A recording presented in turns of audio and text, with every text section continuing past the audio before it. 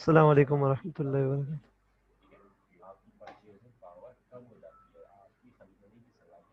Full जगह class start हो गई।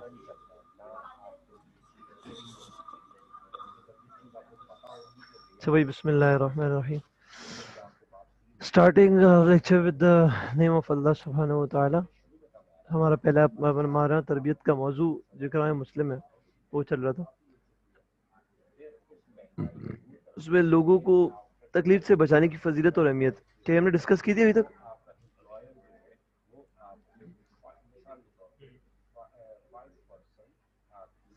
बेटा ये हमने डिस्कस किया था लोगों को तकलीफ से बचाने की फजीलत और अहमियत।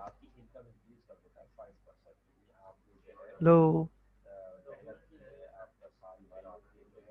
जी भाई, hello.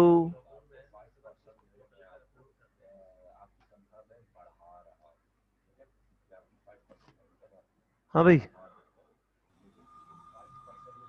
Ziaur Rahman, yes sir. क्या हमने ये डिस्कस किया था? ये सर लोगों मैंने को। अभी तक क्लास नहीं दी। अच्छा आपने नहीं लिए, पहले ले रहे क्या? Yes sir. बिस्मिल्लाहिर्रहमानिर्रहीम। तो भाई लोगों को तकलीफ से बचाने की फजीलत और अहमियत। आप सल्लल्लाहु अलैहि वसल्लम का इरशाद है कि मुस्लिम वो है जिसकी ज़बान और दस्त से दराजियों से मुसलमान महफूज रहें, और मोमिन वो है जिसकी तरफ से अपनी जानों और मालों के बारे में लोगों को कोई खौफ व खतरा ना हो।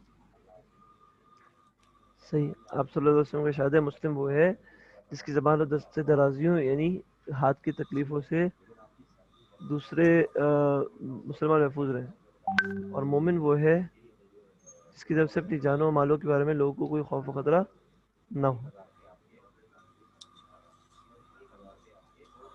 दूसरी हदीस ये रसूलुल्लाह सल्लल्लाहु अलैहि वसल्लम ने फरमाया, अल्लाह की कसम मोमिन नहीं, अल्लाह की कसम मोमिन नहीं, अल्लाह की कसम मोमिन नहीं। अर्ज किया गया, या रसूलल्लाह कौन मोमिन नहीं? आप सल्लल्लाहु अलैहि वसल्लम ने फरमाया, वो आदमी जिसके पड़ोसी उसकी शरारतों और आफतों से खाइफ रहते हो। क्लियर है बेटा? हम नियत करें भाई, हम जो है अपने किसी पड़ोसी को तंग नहीं करेंगे, हमारी जात से किसी को इंशाल्लाह तकलीफ नहीं होगी भाई, जबान से हमारे हाथ से इंशाल्लाह।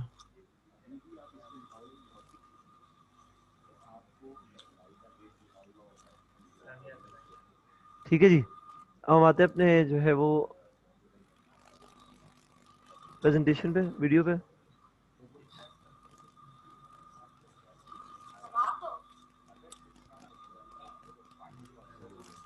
सभी देखो, हमने अभी तक क्वेश्चन नंबर इसका 9 किया था, राइट? अब इसमें जो है 9 10 मैंने आपको उस दिन होमवर्क दिया था। अब 4 क्वेश्चंस रह गए, from which I will be doing 2 of them today. 2 हम करेंगे इंशाल्लाह, बाकी 2 जो है वो होमवर्क है। एक हम क्लास में कर लेंगे, 12 वो मैं आपको क्लास में करवा दूंगा कि क्लास वर्क होगा, और 14 आपका होमवर्क। सही। तो अगर आपको याद हो तो हमने 5.14 में हमने लास्ट जो क्वेश्चंस किए थे, लास्ट के शुरू से स्क्वायर रूट निकालने के क्वेश्चन है। Square root of a polynomial using division method. Division method के जरिए हम जो है क्या निकाल रहे हैं?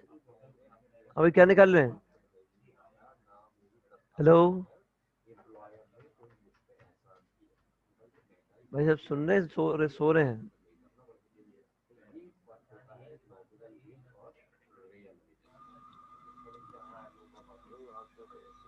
कोई जाग रहा है भाई? ये सब सो रहे हैं? हाँ जी।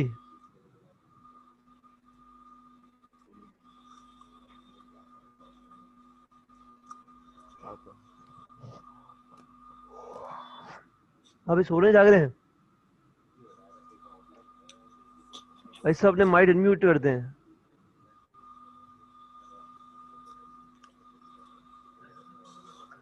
सब अपने माइक्स को अनम्यूट कर दें बेटा। हेलो हेलो बेटा, सब अपने माइक्स को म्यूट कर दें।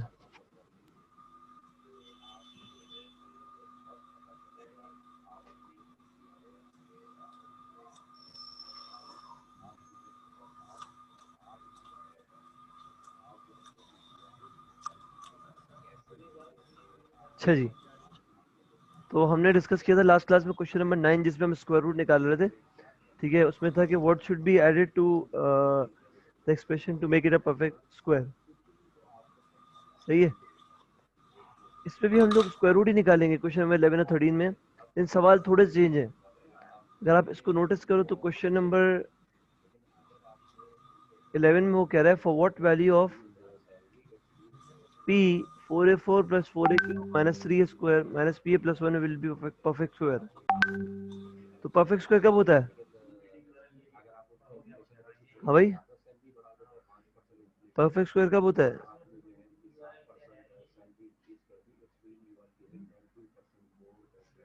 जब परफेक्ट स्क्वायर हम उसको कहते हैं कि कोई ऐसी टर्म हो जिसको मैं उसी टर्म से मल्टीप्लाई करूं तो वो जो है वो जो रिजल्टिंग टर्म होगी वो परफेक्ट स्क्वायर कहलाती है ना। अब 4 है, 4 2 का परफेक्ट स्क्वायर है। 9 जो है वो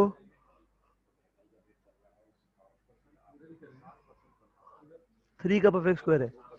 16 जो है वो 4 का परफेक्ट स्क्वायर है, ठीक है। तो जब हम स्क्वायर रूट निकालते हैं तो हमें वो टर्म पता चल जाती है कि जिसको हम वापस से उसी टर्म से मल्टीप्लाई करें तो वो परफेक्ट स्क्वायर बनेगा, ठीक है जी। तो हम स्क्वायर रूट कैसे निकाल लें, वही डिवीजन मेथड। अगर आप नोटिस करें, मैंने फॉर एग्जांपल यहाँ पे 4a4 plus 4a³ minus 3a square minus pa plus 1, इसको मैंने डिवीजन की जगह पे रखा। और आपका एक वैल्यू जो 4a4 के लिए मैं निकाल रहा हूँ, ऐसी वैल्यू जिसको वापस से मल्टीप्लाई मतलब उसी टर्म से मल्टीप्लाई करूँ तो 4a4 आ जाए। तो ऐसी वैल्यू एक ही है, वो 2a स्क्वायर है। 2a स्क्वायर इधर, 2a स्क्वायर इधर लिखा और 2a स्क्वायर ऊपर लिखा। 2 प्लस 2 4a स्क्वायर इधर इधर आ गया, आ गया, ठीक है। नीचे में plus 4a³ minus 3a square में उतार लिया, सही है। अब ये 2 प्लस 2 4a स्क्वायर हो गया। अब हम सोचेंगे 4 स्क्वायर को मैं किससे मल्टीप्लाई करूँ कि 4a³ आ जाए।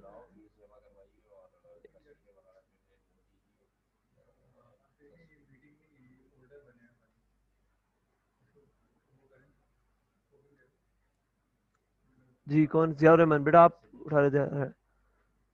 जियाउर रहमान आप हैंड कर रहे थे। Ziaur Rahman, Ziaur Rahman,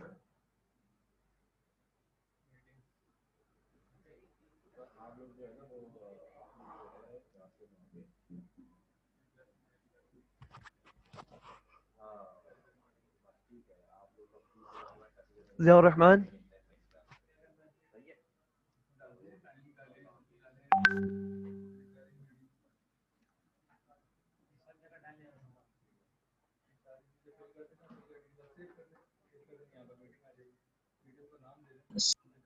Assalamu alaikum warahmatullahi wabarakatuh.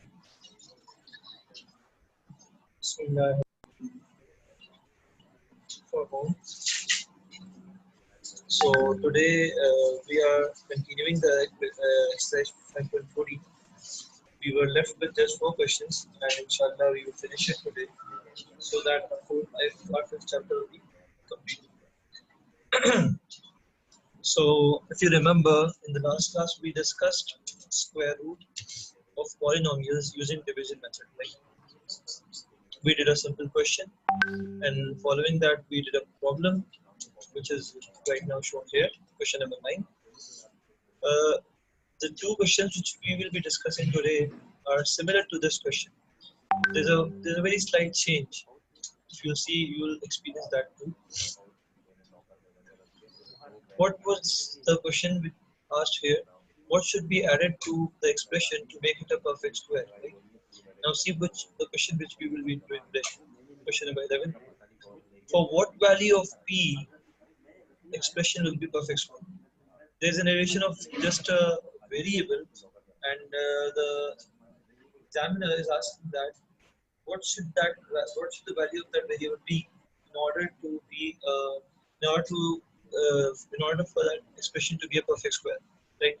So we will go on the same method.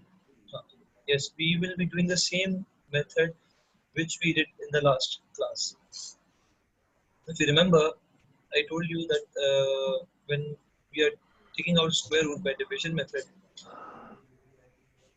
for example, our first term is 4a4, so we will look for a term multiplied twice can give 4f. We will look for a term if it is multiplied twice, it should give the first term. So 2a square is that term. 2a square वो term है, हमने उसको twice multiply किया, यानी 2 बार उसको multiply किया तो 4a4 आ जाता है, right? Again same method, मैंने 2a square यहाँ लिखा, 2a square यहाँ लिखा, इसको ऐड कराया तो ये 4a square हो गया, right? And 4a4 ये cancel हो गया. Again मैंने दो terms यहाँ पे copy कर ली. And you know why I'm doing this? Because अब एक और term इधर भी आएगी. अब मैं 4a square में पता मैं किससे मल्टीप्लाई करूँगी 4a की वजह तो मैंने a से मल्टीप्लाई किया. ये जब यहाँ लिखूँगा तो यहाँ पे लिखूँगा, यहाँ पे लिखूँगा. Same procedure will be going on. यहाँ तक कि हमें अपना रिमाइंडर मिल रहा है -ba plus 2a. So again, if you remember, we have done such kind of questions in division of polynomials. यहाँ पे था कि भाई what should be added, what should be subtracted. तो यहाँ पे तकरीबन चीज है. जब हम स्क्वायर रूट निकालने वहाँ पे डिवीजन कर रहे थे, लेकिन स्क्वायर रूट भी हम डिवीजन मेथड से निकालते हैं, राइट? तो वहाँ पे ये बच गया -ba plus 2. तो आपको पता है कि for a perfect square division करें तो आंसर 0 आना चाहिए. For example 9 किसका perfect square है? 3 का, ठीक है? तो जब हम 9 को 3 से डिवाइड करते हैं तो हमारे पास 3 आंसर आता है, कोई रिमाइंडर नहीं बचता. इसी तरह इस पॉलिनोमियल को जब मैं डिवीजन कर रहा हूं तो उसका रिमाइंडर आखिरी में 0 बचना चाहिए अगर ये परफेक्ट स्क्वायर है. तो सवाल इसका क्या है, फॉर वैल्यू ऑफ p की क्या वैल्यू हो कि ये पूरा एक्सप्रेशन परफेक्ट स्क्वायर हो जाए. तो इट मींस ये पूरा जो रिमाइंडर बचा है इसको 0 होना चाहिए इस एक्सप्रेशन को परफेक्ट स्क्वायर होने के लिए, राइट? तो मैंने -ba plus 2a = 0 ले लिया. एक क्वेश्चन है प्लस 2 को वहाँ ले गया, -2a हो गया, माइनस कैंसिल हो गया और a कैंसिल हो गया. हमें p की वैल्यू बस गई 2.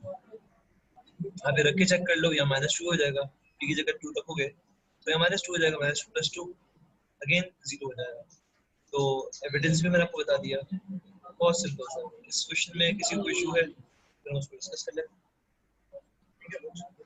इसके बाद आप क्वेश्चन करेंगे, क्वेश्चन नंबर 12. बेटा इस क्वेश्चन के अंदर किसी को कोई इशू है तो बताएं. हेलो बेटा, open your mics.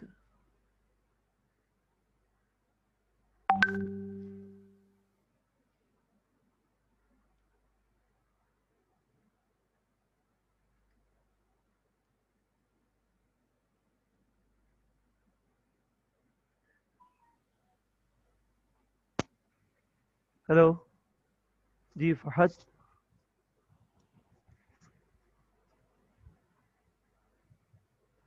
Fahad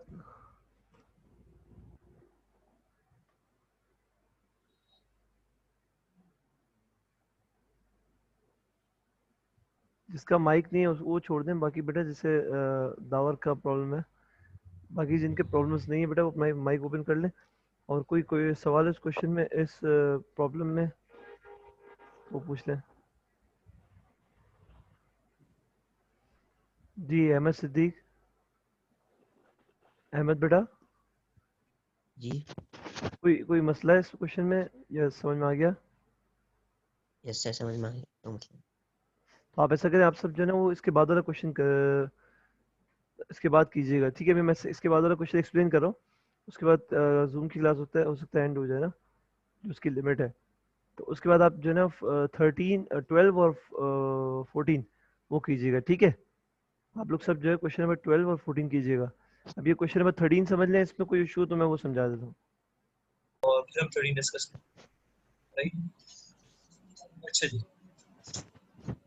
question number 13 में थोड़ा सा फर्क है. वहाँ आपके क्वेश्चन नंबर 11 में पूछ रहे हैं फॉरवर्ड वैल्यू ऑफ p, यहाँ पे पूछ रहे हैं forward value of p and q, right? बहुत स्लाइड से डिफरेंस है. आप एक वैल्यू ले, दो वैल्यू करना आपने सेम प्रोसेस कैरी ऑन अपने सेम तरीके से करना है. वही डिवीजन मेथड है. आप नोटिस करें 2x square 4x square, again 4x square को 3 से मल्टीप्लाई करोगे तो 12x क्यूब आएगा. Same methods carried out. आखिर में आपका आंसर ये आ रहा है x - 24x plus q - 16. Perfect square होने के लिए कितना होना चाहिए? एक्सप्रेशन 0 होना चाहिए. मैंने इसको 0 से इक्वेट कर दिया. जब 0 से इक्वेट किया, 0 के इक्वल रखा, जैसे मैंने x कॉमन लिया, q - 16. अब 0 होने के लिए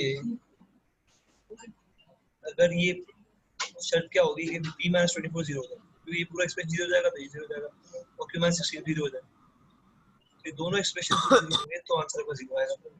ठीक है, तो p minus 24 equal 0, q minus 16 equal 0, q की वैल्यू 16 है, p की वैल्यू 24 है। ये दो वैल्यूज देखो बेटा, हम लोग अभी जो ये जो रिमाइंडर्स बच रहे हैं, बेसिकली हमें चाहिए वो वैल्यू जिसकी वजह से ये पूरा एक्सप्रेशन परफेक्ट स्क्वायर बन जाए, राइट? तो परफेक्ट स्क्वायर तो जब भी बनेगा ना कि जब हम उसको डिवाइड करेंगे। फॉर एग्जांपल 16 परफेक्ट स्क्वायर है 4 का, जब 16 को डिवाइड करते हैं 4 से तो कोई रिमाइंडर बचता है? डेफिनेटली कोई रिमाइंडर नहीं बचता। तो रिमाइंडर जीरो होना चाहिए, तो आपका वो एक्सप्रेशन जो है वो परफेक्ट स्क्वायर बनेगा। अब रिमाइंडर जीरो करने के लिए हम लोग ये कंडीशन यूज कर रहे हैं कि जो रिमाइंडर बचेगा उसको इक्वल टू जीरो यूज करेंगे। ऐसी बात है, परफेक्ट स्क्वायर के लिए ये शर्त है।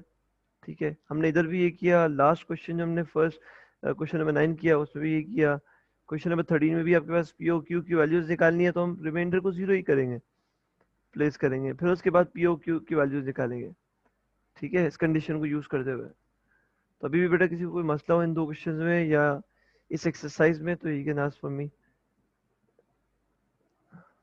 जी भाई, हेलो।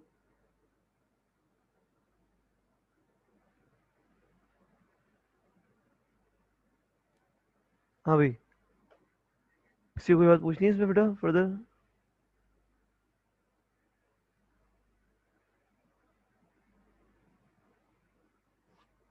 चलिए, तो 12 और 14 जो है ना वो आपका होमवर्क है, वो आप अभी अभी फौरन करें। 12 पे स्टार्ट करें पहले, सब स्टूडेंट्स मेरे 12 क्वेश्चन में 12 स्टार्ट करें।